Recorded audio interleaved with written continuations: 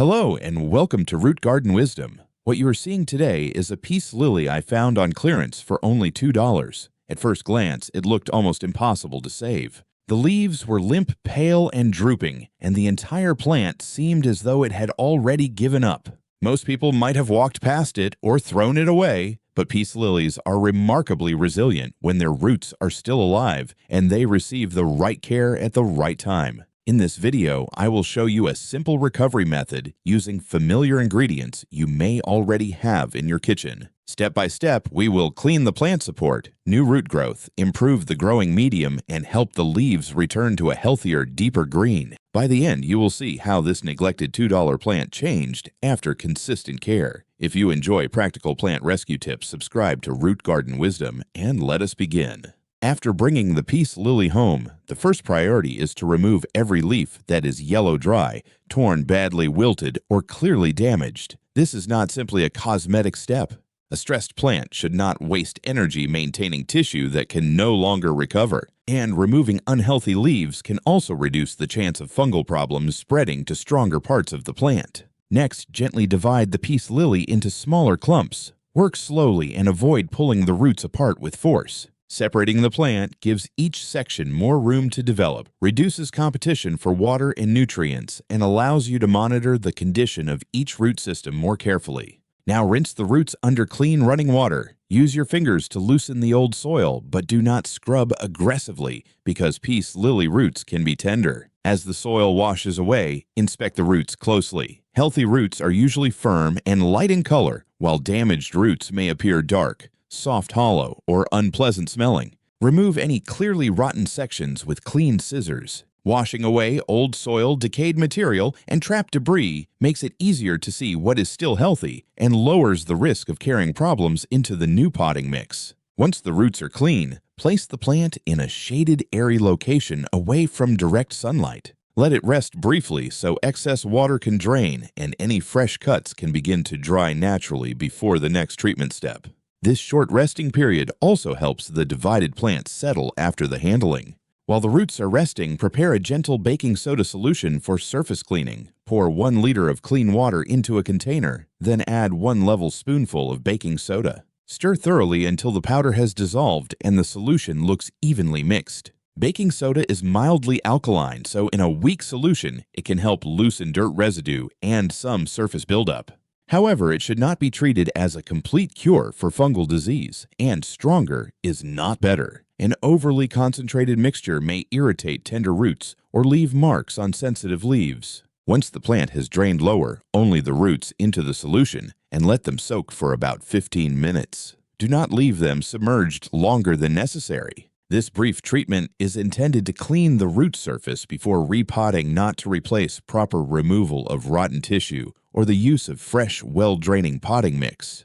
While the roots soak, dip a soft cotton pad into the same solution and test it on a small section of one leaf. If there is no visible reaction, gently wipe both sides of the remaining leaves. This removes dust and residue that can block light from reaching the leaf surface. Clean leaves may photosynthesize more efficiently, but avoid scrubbing, soaking the crown, or allowing solution to collect where the leaves meet the stems. Which country are you watching from? Share it in the comments so our gardening community can see how far this plant rescue has traveled. After 15 minutes, remove the roots from the solution and allow the excess liquid to drip away. The plant is now ready for the next stage, preparing a balanced, airy potting mix. Always observe the plant carefully throughout treatment. While the peace lily continues draining, prepare the fresh potting mix. In the original method, the mixture contains approximately 50% garden soil and 50% coconut coir. The goal is to create a medium that can hold enough moisture for the plant without becoming dense compacted or constantly waterlogged. Garden soil provides structure and contains naturally occurring minerals, but it can become heavy when used alone. Coconut coir helps balance this by holding moisture while creating more air spaces around the roots.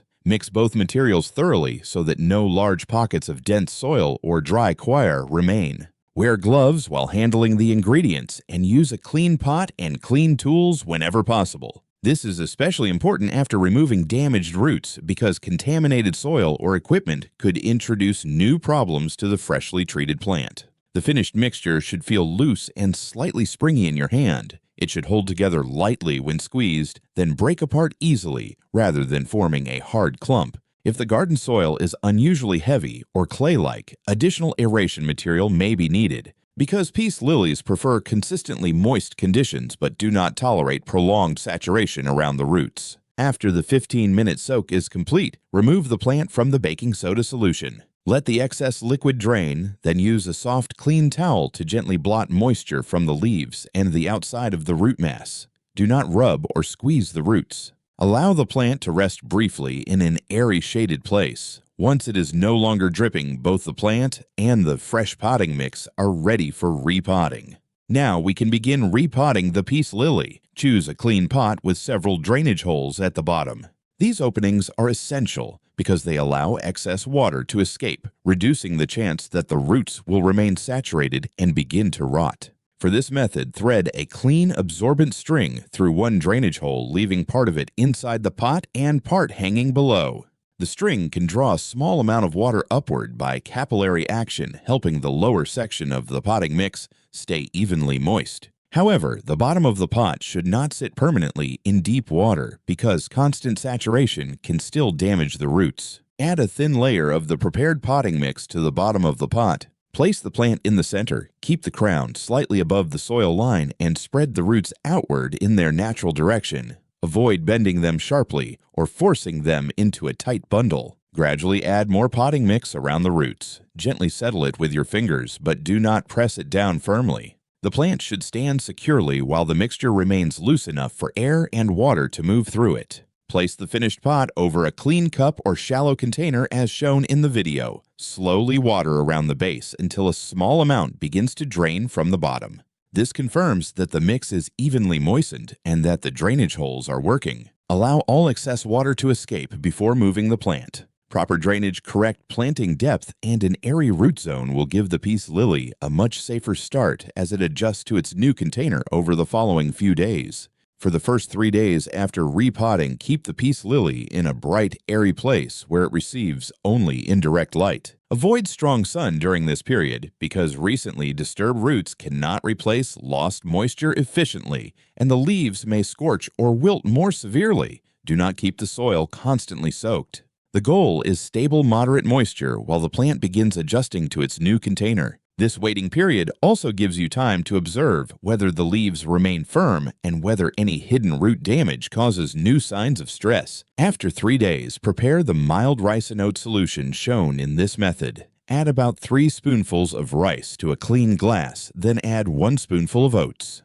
Pour in approximately 500 milliliters of hot water and stir thoroughly. The warm water helps release some starches and other water-soluble compounds from the grains. Cover the glass and allow the mixture to steep for 1 hour. During this time, let it cool completely. Once cool, strain it carefully and remove every grain and piece of residue. Only the clear liquid should be kept. Rice and oats contain starches, small amounts of vitamins and minerals, but this homemade liquid should be considered a gentle supplement rather than a proven rooting fertilizer. Its effect is likely to be modest compared with the influence of healthy roots, good drainage, suitable light, and correct watering. Never pour the unstrained mixture directly into the pot. Solid residues can decompose, develop unpleasant odors, encourage mold, and attract insects. Also, avoid storing the liquid for long periods because fermentation may begin quickly at room temperature. If the solution smells sour, produces bubbles, or becomes cloudy and slimy, discard it. When freshly prepared, fully cooled, and carefully strained, it can be diluted and used in small amounts during the next stage of the recovery process. Before using the rice-and-oat liquid, dilute it with approximately 1 liter of water. This reduces its concentration and makes it gentler for a repotted peace lily. Pour a small amount of the diluted solution into a clean spray bottle. Mist the leaves, stems, and surface of the potting mix lightly. The plant should never be dripping wet, and the soil should not become saturated. An application is enough. The remaining liquid can be poured into a watering can and used sparingly for other plants, including snake plants. However, do not assume that this homemade mixture can replace a balanced fertilizer. Its main value is as a mild supplemental treatment, while proper light drainage, watering, and root health remain far more important. Use the solution only when it is fresh. If it develops a sour smell, foam, unusual cloudiness, or signs of fermentation, discard it immediately. Frequent applications may leave organic residue in the soil, so avoid using it too often. If your plants are struggling, describe their symptoms in the comments.